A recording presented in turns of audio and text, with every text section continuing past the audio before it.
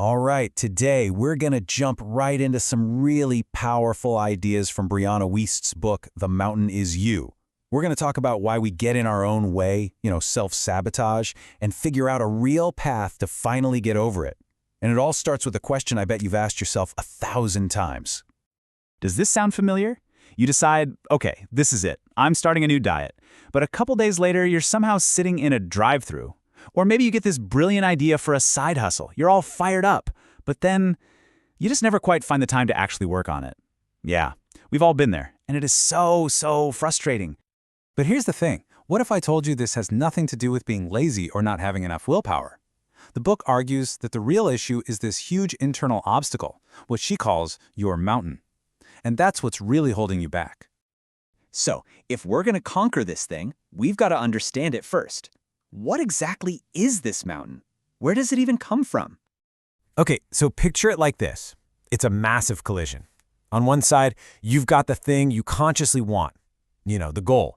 But on the other side, there's this deep, unconscious fear of that exact thing. And the longer those two forces push against each other, the bigger and bigger your mountain gets. So here's how that actually plays out in real life. Consciously, you're saying, I am going to start my own business. But that unconscious part of you, maybe because of some past failure or seeing someone else struggle, is whispering, whoa, hold on. What if you fail? What if you lose everything? It's much safer to just stay put. That fight right there, that is your mountain. So, how in the world do we start climbing? Well, the first step isn't about brute force. It's actually about understanding the resistance that built the mountain to begin with, which means we got to look back before we can really start moving forward. So just take a second and ask yourself this. Think about a change you really want to make. As you're thinking about it, do you notice a tightness anywhere? Maybe in your chest or your stomach? That physical feeling, that's a huge clue. It's often tied directly to a painful memory that's creating all this resistance. And here's the process for starting to heal that.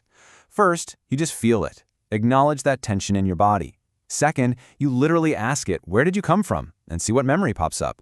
Third, you revisit that moment in your mind, and you imagine your present-day self sitting right there with your younger self, just offering some comfort. And finally, you reassure that part of you. You tell them what you know now, that they're going to be okay, that they'll get through it.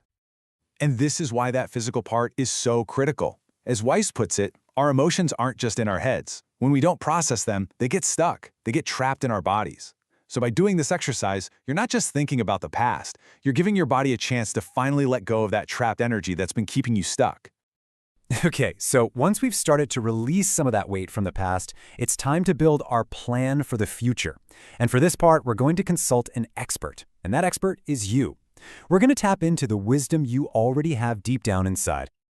I want you to try this. Find a quiet place, close your eyes, and just picture this scene. You're in a calm, simple room. There's a table with 2 chairs, and you're sitting in one of them. Now, in your mind, I want you to invite your highest potential future self to walk into that room and take a seat across from you. This is the version of you who has already climbed this mountain.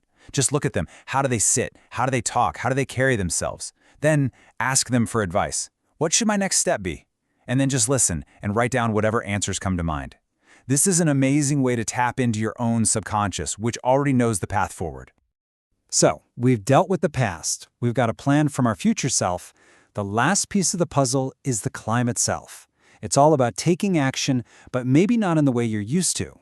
We're going to use something called micro shifts.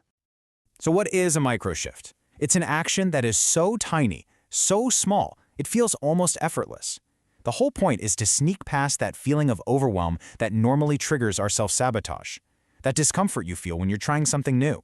It's not a bad sign, it just means you're in unfamiliar territory. And micro shifts make that unfamiliar territory feel totally manageable. So what does this actually look like?